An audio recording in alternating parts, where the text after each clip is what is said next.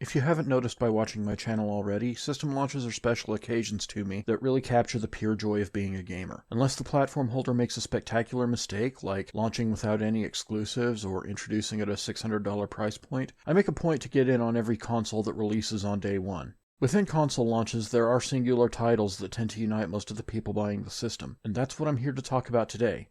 The top 10 platform-defining launch games of all time. These aren't just the best games to release on any given launch day. To make this list, they need to be games that encapsulate the entire identity of the system at that point in time. One game per launch. There are some launches that lack unanimity on what the marquee game was, but in those situations I will defer to platform holder presentation. Yes, this means I'm disqualifying Project Gotham Racing because even though I consider it the best game on the Xbox launch, it didn't define the Xbox experience. We all know what did, and spoiler alert, it's on the list. Finally, I'm going to keep this list to what I refer to as the launch era of game consoles. If we admitted systems that just materialized on store shelves one day with no event surrounding it, we all know there'd be no beating Super Mario Bros., which is undoubtedly one of the best and most important games of all time, and was technically a launch game, but the NES didn't really have a launch event or launch experience the way we think of them today. It just kind of showed up and the rest was history. Thus, I'm implementing a totally arbitrary cutoff of 5th generation. Don't worry, this series is surprisingly well represented by the first item on this list. It's become very unusual for Nintendo to launch a system with a Mario game in recent years, but they did it with the Wii U, and it produced a legitimate high-point game in New Super Mario Bros. U. Generally speaking, the New Super Mario Bros. Series has been great for Nintendo, so maybe they could start thinking about releasing a new Super Mario All-Stars, please? This one was both a great game all around and a nice showcase of some of the Wii U's unique features, particularly with Miiverse integration. Thankfully, the game wouldn't be left to die on the system, and it was quickly evacuated to the Switch like most of the Wii U's other top games. Perfect Dark Zero may not have been the launch headliner Microsoft had envisioned, but thankfully, Project Gotham Racing 3 was there to pick up the slack. It's a bit lower on this list because of some visual drawbacks that undermine things like the cockpit view, but it was still a fine racing game for what it was. It showed off the Xbox 360 quite nicely, and the inclusion of features like Gotham TV took advantage of what online integration, not just online play, could do for gaming. The Xbox 360 was one of the biggest advancements ever in console technology in terms of what it could actually do for the experience of playing, and PGR3 showcased that beautifully. Until Halo Combat Evolved came along, developers were kind of stumbling around the mechanics of making first-person shooters work on game consoles, with some developers getting close to where we'd eventually end up, but not quite. At the time, the mouse and keyboard were the gold standard for controls in the genre, and with Microsoft making it clear that it wouldn't be an option on their debut console, it was kind of up in the air how it might go. As it turns out, pretty good, as Bungie managed to implement an intuitive control standard for Halo that quickly bled through the entire genre, and opened the floodgates for much more to come. It helps that the game itself is such a well-crafted shooter all around, and while its standing in the cultural landscape may have greatly diminished after Bungie departed, in 2001 it was poised to be an entire generation's counterpart to Star Wars, and it all began here. I've talked on this channel before about how Street Fighter IV paved the way for a lot of lesser-regarded 90s fighting games to be reborn with a more enlightened design philosophy, and there may be no greater beneficiary of this than Killer Instinct, taking the flashy but relatively simplistic combo system from the first two games and developing it to a logical conclusion with mechanics like lockouts and counter breakers. This fresh take on the series built up to the status of a celebrated and respected pillar of the fighting game community for years, and was especially welcome on an Xbox One that had to overcome an ocean of terrible PR and an otherwise lackluster launch lineup. Forza 5 was rushed, Crimson Dragon fell well short of its potential, and Rise Son of Rome was just plain bad. But Killer Instinct delivered when nothing else could. It wasn't just a game, it was a mission statement. If you were one of the first owners of a Sega Saturn, you were literally issued a copy of Virtua Fighter alongside your $399 investment. Including the first ever 3D fighting game with every Saturn sold was a clear message to everyone that 3D arcade gaming had arrived in living rooms around the world. And while it was a faint shade of what the series itself and what 3D fighting games in general would become, no other game defined what the Sega Saturn was setting out to do nearly as well as Virtua Fighter. Unfortunately, later adopters would never get the chance to experience it in this form, as the only standalone retail version of the original game to land on the Saturn was Virtua Fighter Remix, a reskinned, texture-mapped facelift that really lost a lot of the initial release's visual identity. Anyway, this is an important landmark title for both fighting gamers and those who followed the development of technology with gaming as the lens. There's a reason this game is in the Smithsonian.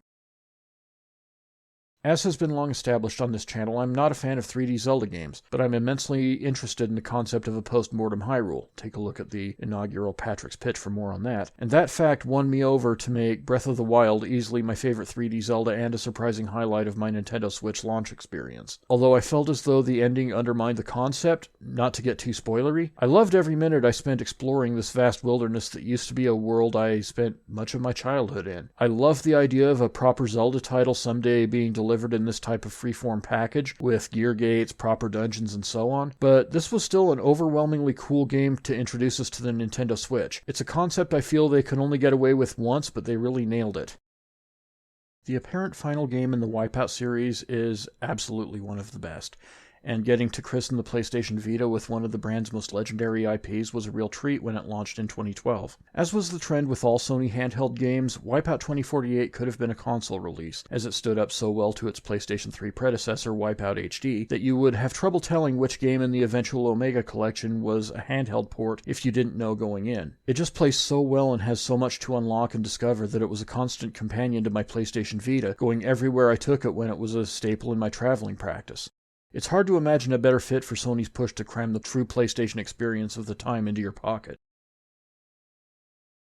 If there's one game that embodied the carefully constructed look and feel that Sony wanted to convey with first impressions of the PlayStation 2, it is Ridge Racer 5.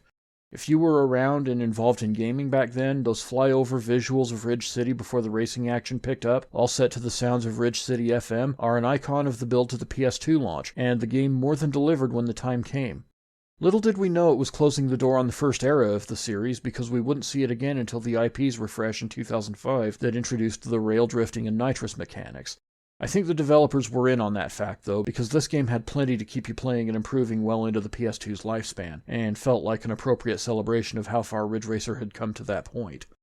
Other games would eventually come along and become more synonymous with the platform in the grand scheme of things, but Ridge Racer 5 was foundational to that first impression. If you ask random people of a certain age what their gold standard for a launch game is, you'll hear a lot about Soul Calibur.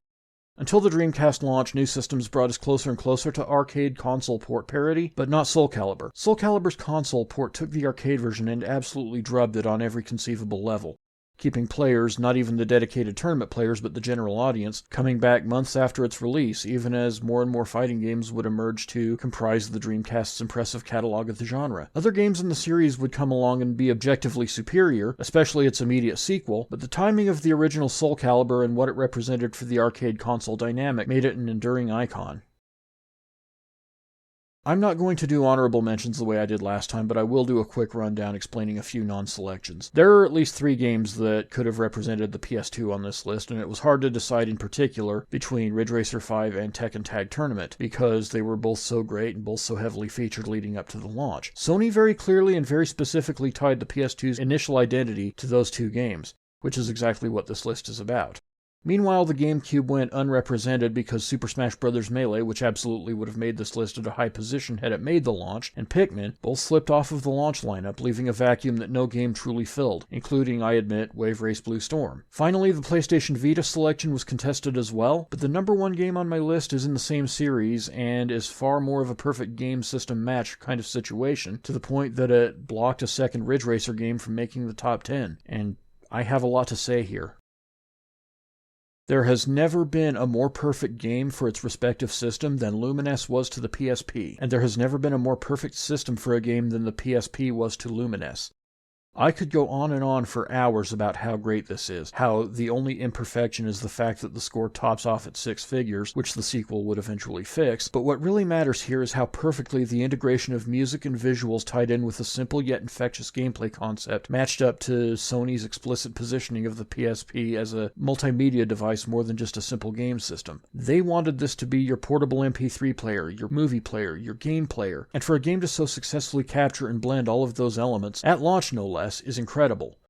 It didn't give the PSP its identity, it understood and supported the identity that Sony had already installed in it to a degree that I struggle to put into words. This is a game that has justifiably been ported to just about everything and anything else since that initial 2005 release. And while the sheer quality of the game, and this may sound blasphemous or hyperbolic, but I genuinely feel that it is the game that replaced Tetris at the peak of the puzzle genre, warrants it. It feels like all of those ports are at least slightly compromised when applied to platforms that aren't trying to be what the PSP wanted to represent.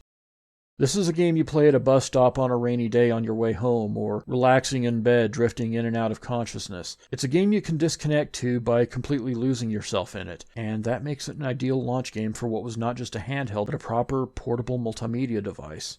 And that's it. How about you guys? What are the most memorable launch games for all of you? Let me know in the comments section for sure. I'll be back soon with another list. If you enjoyed this video, then please like, share, all the usual YouTube stuff that helps the channel. Click the notification bell to know right away when the next video goes up. I'm Patrick Mifflin, and I'll see you back here next time.